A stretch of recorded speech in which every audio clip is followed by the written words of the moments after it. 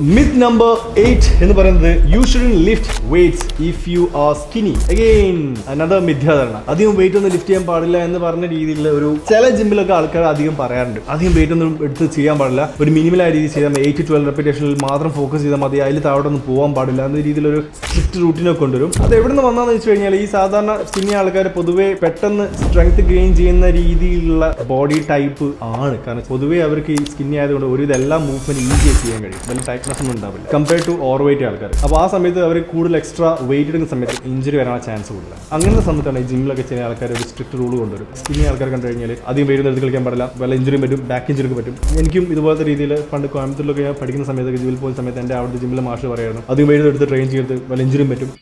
ആദ്യം ശരീരം ഉണ്ടാക്കുന്നു എന്നിട്ട് വേണം ലിഫ്റ്റിംഗ് പ്രാക്ടീസ് ചെയ്യാൻ. പൊതുവെ പുള്ളിക്കാരൻ എല്ലാവരോടും പറയുന്നതാണ്, പക്ഷേ പ്രത്യേകിച്ച് എന്നോട് പറയും. കാരണം ഞാൻ ഭയങ്കര ഹൈപ്പർ ആയിരുന്നു. കാരണം പ്രത്യേകിച്ച് ഈ സ്കിന്നി ആൾക്കാർ കുറച്ച് ഹൈപ്പർ എനർജി കൂടുതലാണ്. ഞാൻ ഭയങ്കര എനർജി ചെയ്യും, ഭയങ്കര പടച്ച് കളിക്കുന്നവർക്ക് പറയില്ലേ. അപ്പോൾ എല്ലായിടത്തും ചെയ്യും, ഞാൻ എല്ലാ എക്സസൈസും പോയി ചെയ്യും. അപ്പം എന്നോട് പറയും എല്ലായിടത്തും വെയിറ്റ് ഇങ്ങനെ ചെയ്ത് നിന്റെ വളർച്ചയൊക്കെ മുരടിച്ചു, അങ്ങനെ കുറേ കാര്യങ്ങളൊക്കെ പുള്ളിക്കാരൻ പറയായിരുന്നു. അതൊക്കെ അത് ചിലർക്ക് വിശ്വസിച്ച് ചിലർക്ക് ഞാൻ പോയി പണിയൊക്കെ പറയും. പക്ഷേ ദ ഹോൾ ഐഡിയ മിഥ്യാധാരണ എന്ന് പറയുന്നത് നിങ്ങൾ ഹെവി വെയിറ്റ് ലിഫ്റ്റ് ചെയ്യാൻ പാടില്ല എന്ന് പറയുന്ന സംഭവം തെറ്റാണ്. നിങ്ങൾ പ്രോഗ്രസീവായ രീതിയിൽ വെയിറ്റിന് ലിഫ്റ്റ് ചെയ്ത് പഠിക്കുന്ന രീതിയിൽ നിങ്ങൾ പ്രോഗ്രാം ചെയ്യുക, അതിന് ചെയ്യുക. പറഞ്ഞ സെയിം സംഭവത്തിന് ഡീറ്റെയിൽ ആയിട്ട് പറയുന്നത് മാത്രമല്ല, എല്ലാത്തിനും ഒരു പ്രോഗ്രാം ഉണ്ട്. ആ പ്രോഗ്രാം കറക്റ്റായി ഫോളോ ചെയ്യുക. അപ്പോൾ നിങ്ങൾക്ക് ചിലപ്പോൾ ഈ മാസം ചിലപ്പോൾ നിങ്ങൾ സ്ക്വാട്ട് ചെയ്യുന്ന സമയത്ത് അല്ലെങ്കിൽ ബെഞ്ച് പ്രസ് ചെയ്യുന്ന സമയത്ത് 10 കിലോ ആയിരിക്കും, അത് 12 കിലോ ആയിട്ട് നിങ്ങൾക്ക് ലിഫ്റ്റ് ചെയ്യാൻ പറ്റണം. പിന്നെ അടുത്ത മാസം നിങ്ങൾക്ക് അതൊരു 14 കിലോ ആക്കാൻ പറ്റണം. ഓരോ മാസം അല്ല ഓരോ സീസണിലാണ് ഈ വരുന്ന വെയിറ്റ് ഗെയിൻ സ്ട്രെങ്ത് ഗെയിൻ ഒക്കെ സംഭവിക്കുക. Depends on person to person, lifestyle, nutrition, recovery, ഇതൊക്കെ ഒരു ഫാക്ടേഴ്സ് ആണ്. പക്ഷേ എൻഡ് ഓഫ് ദി ഡേ നിങ്ങൾക്ക് ഈ പറയുന്ന രീതിയിൽ ഒരു സ്ട്രെങ്ത് ഗെയിൻ ചെയ്യാൻ പറ്റണം. അപ്പോൾ സ്ട്രെങ്ത് ഗെയിൻ ചെയ്യുന്ന കൂടുതൽ വെയിറ്റ് എടുത്ത് പഠിക്കണം, അതിന് കൂടെ തന്നെ കറക്റ്റ് ഭക്ഷണം കഴിക്കണം. അപ്പോൾ ഈ ഒരു പറയുന്ന മോട്ടിവേഷൻ നിങ്ങൾക്ക് എപ്പോഴും വേണം. അതായത് motivation and mind set, which means like heavy weight lift ചെയ്യുന്നത് സ്കിന്നി ആൾക്കാർക്ക് വളരെ ഇമ്പോർട്ടൻ്റ് ആണ്. സ്കിന്നി എന്നല്ല